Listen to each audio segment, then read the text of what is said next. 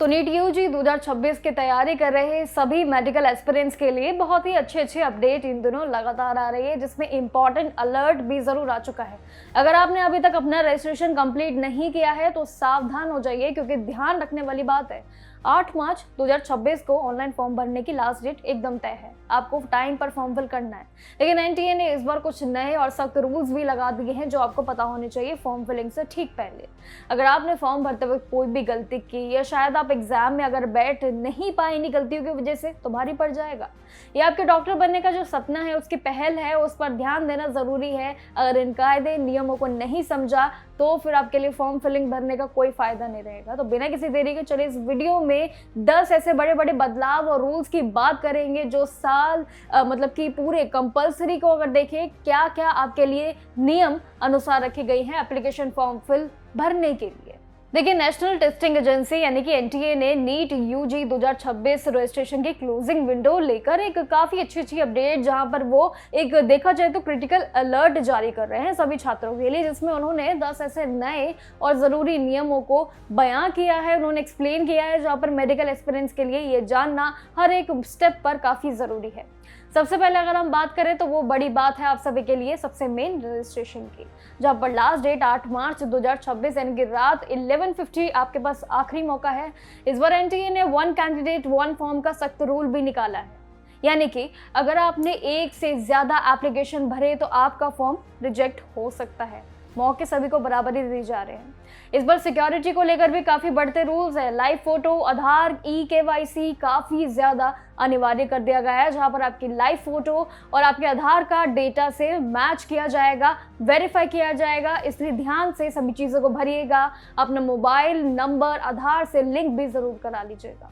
NTA ने exam city चुनने के पसंद जो पुराने सिस्टम थे उनको भी बदल दिया है।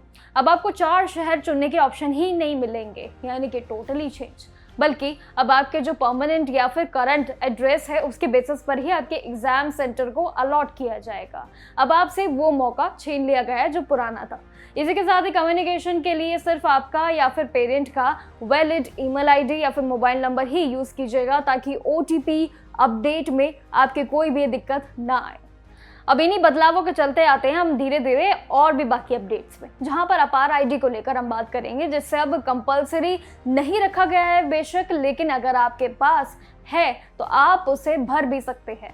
लैंग्वेज मीडियम को लेकर भी काफ़ी ज़्यादा जो सुविधा है वो भर्ती के लिए रखी गई है, यानी कि इसमें 13 जो लैंग्वेज रखी गई हैं। इसमें होने वाले एग्जाम में अगर आपने एक बार मीडियम सिलेक्ट कर लिया तो बाद में उसे बदलने का मौका आपको नहीं मिलेगा।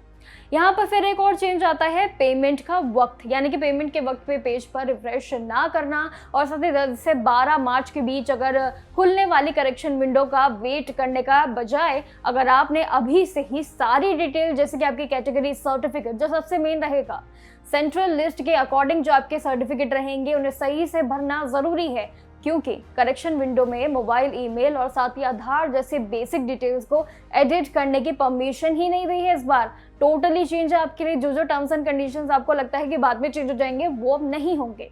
इस बार एग्जाम भी 3 मई 2026 को एक ही शिफ्ट में दोपहर 2 बजे से शाम 5 बजे तक कंडक्ट किया जाएगा, यानी कि आपके पास पूरे 180 मिनट का समय रहेगा, जिसमें 3 घंटे रहेंगे और इसी का समय आपको मिलेगा। अपना बेस्ट देने के लिए यही टाइम है अब।